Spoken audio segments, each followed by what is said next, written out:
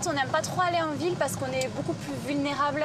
On s'est fait une fois casser une vitre. Donc quand on est garé en ville, soit c'est parking sécurisé ou alors quelqu'un reste dans la voiture. Ce serait bien que tu puisses te garer là. Attends, il part pas lui? Il part lui. Hop, marche arrière. À défaut de parking, c'est Yago et Iris, les deux labradors, qui montent la garde. Couché. Dans cette partie du globe, la douceur du climat ne profite pas qu'aux touristes. Ici, fruits et légumes poussent en abondance. Vendus en direct par les producteurs dans de petits marchés couverts, les mercados, les prix varient selon votre passeport. Alors Jill prend ses précautions. Souvent, les prix sont plus chers pour nous. Donc du coup, on a pour habitude de demander. C'est quand même plus cher. Est-ce que vous avez des avocats? Oui, bien sûr. Combien ça coûte? Les 3, c'est $1. Ok. Ok, et un ananas s'il vous plaît. Combien ça coûte? C'est $1. Une chance, aujourd'hui, tout est à $1. Jill en profite.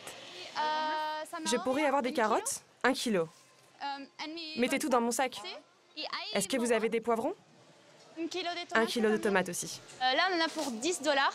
Donc ça fait à peu près 8 €. Bananes, poivrons, des avocats, tout est frais. Ce ne sont pas des pays vraiment très chers. Et ça fait vraiment partie du voyage d'avoir tous ces fruits frais. Muchas gracias. Rose, tu dis gracias?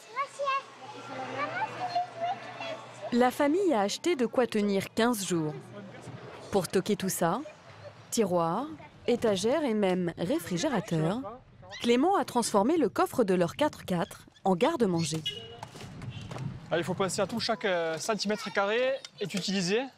On stocke ici la nourriture et au fond les affaires dont on a moins besoin, moins souvent. La plongée, l'escalade, des livres des enfants. Tu veux mettre au frigo ça? Ce jour-là, 3 pommes n'ont pas trouvé leur place. Qu'est-ce que tu en penses de cette pomme? On va la couper et tu vas me dire ce que tu en penses, d'accord? Je coupe la peau en fait sur tous les fruits qui ont la peau fine. On évite les fraises, tout ça, parce qu'en fait, je ne sais pas si vous avez pu constater la façon dont il s'est conservé au marché, mais il y a pas mal de mouches. On a eu le cas avec des raisins qu'on mangeait et on était tous malades. Donc on fait très attention, on prend que des fruits qu'on peut peler. Allez, on y va? C'est parti? Ainsi ravitaillés, Jill, Clément et leurs 2 enfants peuvent continuer sereinement leur découverte des plus beaux sites naturels d'Amérique du Sud.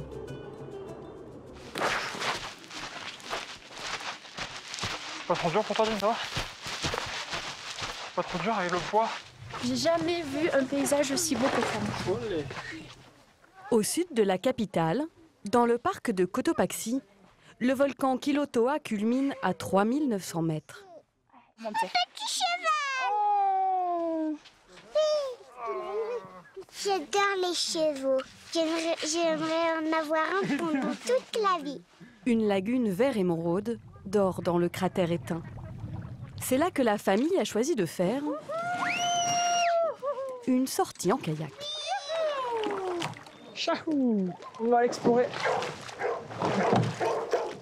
Vraiment l'impression d'être seul au monde. C'est vraiment très très beau et c'est un sentiment très étrange en fait de se dire qu'on est dans un cratère de volcan. C'est génial dans un cratère de volcan.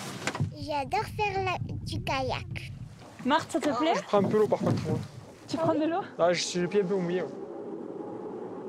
À peine le temps de sécher, la famille est déjà sur la route.